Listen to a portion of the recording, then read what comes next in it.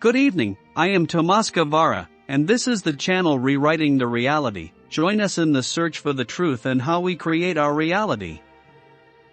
In today's episode 106, I am going to explain how we create our reality.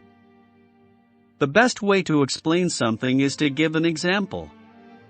But before giving you an example, note that today, almost we all agreed that we are beings of energy, that what we call our soul is energy and therefore immortal. So, let's start with this example.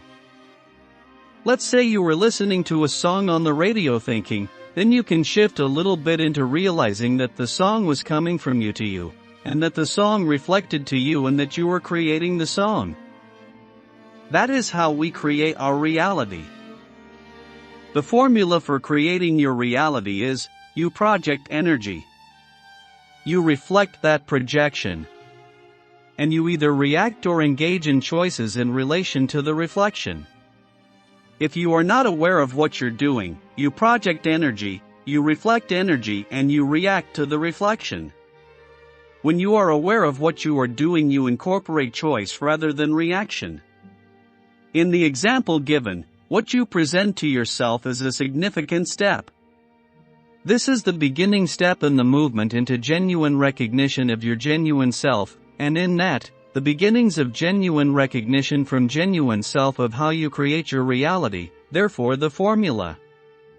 In this, the two most significant aspects are there is no separation between the inside and the outside. There is none.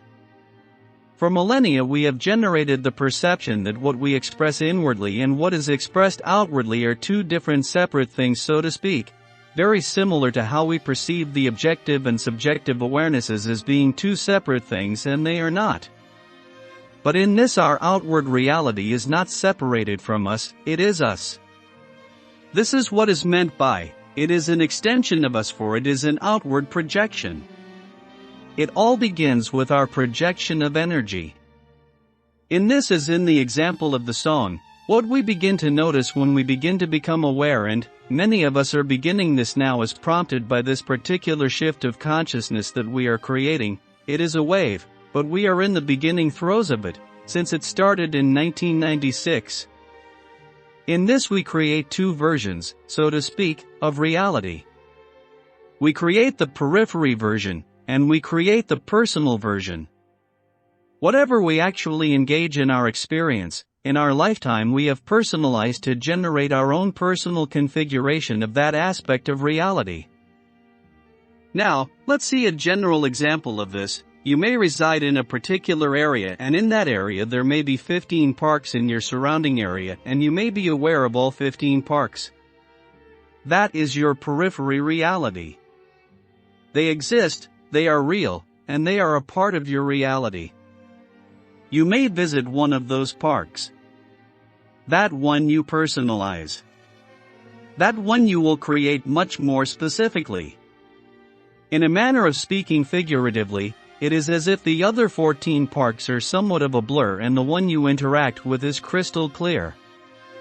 Now in this, when you visit that one park, you have now personalized your creation of it to the tiniest detail, to every configuration of every blade of grass, to what type of soil, to what exists in that area, to each tree, to each leaf, to every aspect that is configured in that reality of that park, you have personally created that.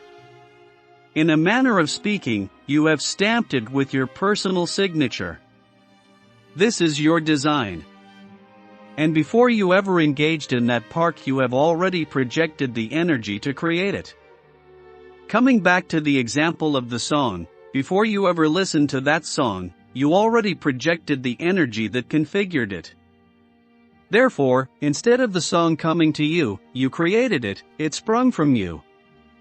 This is not to say that aspects of your reality do not already exist. They do, just like the parks. They are existing, but when you personally engage any aspect of your reality, even if it is a picture, or say that you engage a book and you view a picture of Japan. In that moment you are personally creating that aspect of Japan with your personal signature, and in that it becomes a part of your personal individual reality. Now, That individuality and that personal reality mingles and mixes with other individual realities, for we are all interconnected, but it will always incorporate that aspect of your personal signature that will be slightly different from any other individual signature. It all springs from us. What we will be beginning to recognize, some individuals are already recognizing and questioning, and even to an extent incorporating some aspects of conflict, and I will be expanding upon this subject also, but another facet of this in the recognition of our genuine self, a significant change will involve goals. For millennia we have generated a reality that is based upon outside goals. What is meant by that is we are motivated by anything, any manifestation, any concept, any idea that we seek to attain. Whether it be a physical manifestation or knowledge, it matters not. There is this factor of seeking to attain. That is very much related to attachments. In expressing and being our genuine self, we are no longer generating or functioning from the perspective of attachment. Therefore, what we are accustomed to in the expression of our passion will change, and in that it is not that passions are no longer, although for a temporary time framework it may seem to be, because we are accustomed to our passions being driven by outside goals. Even our monks and holy men in our Eastern religions are motivated and express passion in relation to outside goals, nirvana, enlightenment, heaven.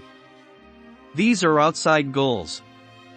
They are to be attained, therefore there is a perception that they are not already possessed. That we must attain them.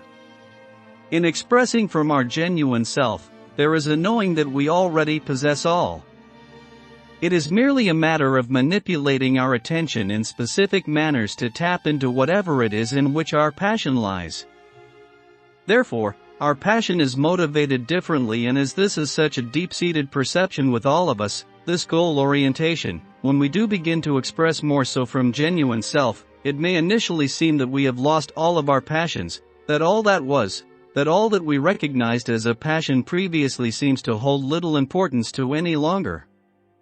For all of the passions that we are recognizing for the most part, are very strongly influenced by attachments, therefore are outside fueled.